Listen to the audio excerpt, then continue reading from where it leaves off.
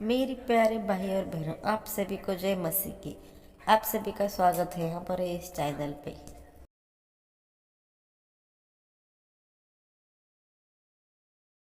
प्रेरितों के काम अध्याय 1। थियोफिलोस महोदय, मेरे पहले अभिलेख का विषय था मसीह यीशु की शिक्षाएं और उनके द्वारा शुरू किए गए वे काम जो उन्होंने अपने चुने हुए प्रेरितों को पवित्र आत्मा के निर्देश में दिए गए आदेशों के बाद स्वर्ग में स्वीकार कर लिए जाने तक किए। मसीह यीशु इन प्रेरितों के सामने अपने प्राणों के अंत तक की यातना के बाद अनेक अटल सबूतों के साथ 40 दिन स्वयं को जीवित प्रकट करते रहे तथा परमेश्वर के राज्य संबंधी विषयों का वर्णन करते रहे। एक दिन मसीह यीशु ने उन्हें इकट्ठा कर आज्ञा दी, यरूशलेम उस समय तक न छोड़ना जब तक परमेश्वर द्वारा की गई प्रतिज्ञा, जिसका वर्णन मैं कर चुका हूं, पूरी न हो जाए। योहन तो जल में बपतिस्मा देते थे, किंतु शीघ्र ही तुमको पवित्र आत्मा में बपतिस्मा दिया जाएगा। इसलिए जब वे सब वहां उपस्थित थे, उन्होंने प्रभु से प्रश्न किया, प्रभु, क्या आप अब इस समय इस्राएल राज्य की दोबारा स्थापना करेंगे? पिता के अधिकार में तय तिथियों या युगों के पूरे ज्ञान की खोज करना तुम्हारा काम नहीं है।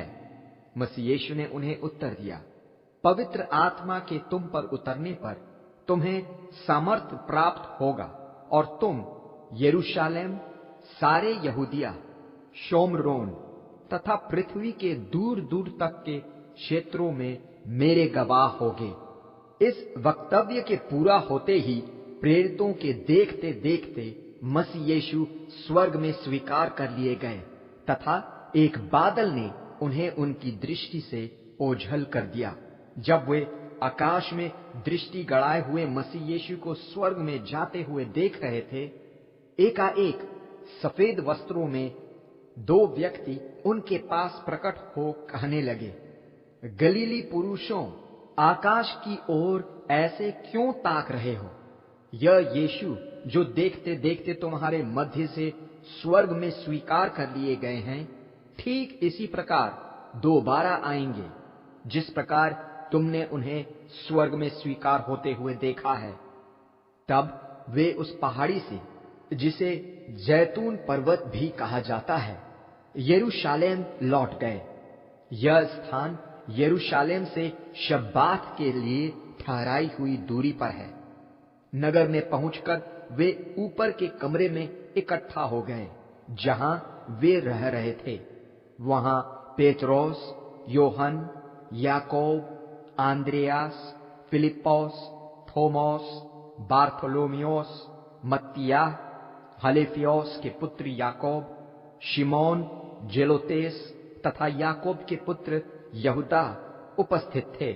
ये सभी वहां नियमित रूप से सच्चाई के साथ एक मन होकर मसीह यीशु की माता मरियम, उनके भाइयों तथा अन्य स्त्रियों के साथ प्रार्थना के लिए इकट्ठा होने लगे।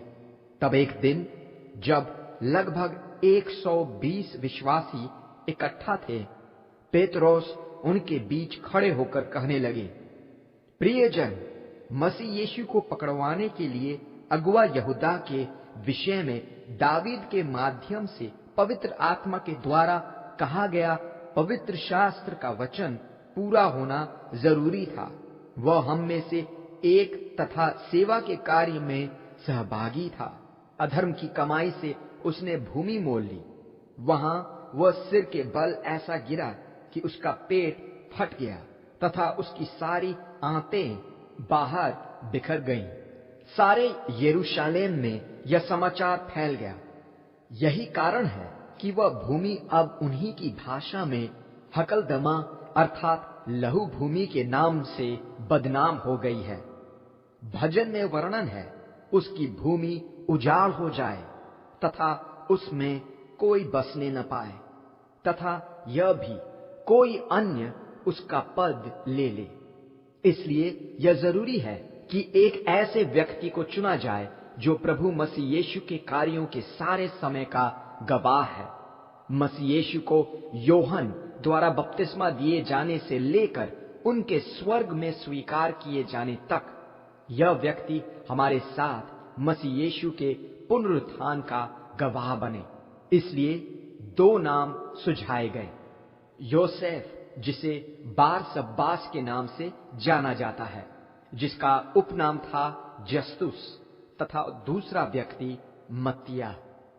तब उन्होंने ये प्रार्थना की, हे मनों को जांचने वाले प्रभु, हम पर यह साफ कीजिए कि इन दोनों में से आपने किसे चुना है कि वह इस सेवा के कार्य और प्रेरितों की वह खाली जगह ले जिससे मुक्त होकर यहूदा अपने ठहराए हुए स्थान पर चला गया। तब उन्होंने चिट डाले और मत्तियाह के पक्ष में पड़े। इसलिए वह 11 प्रेरितों में सम्मिलित कर लिया गया।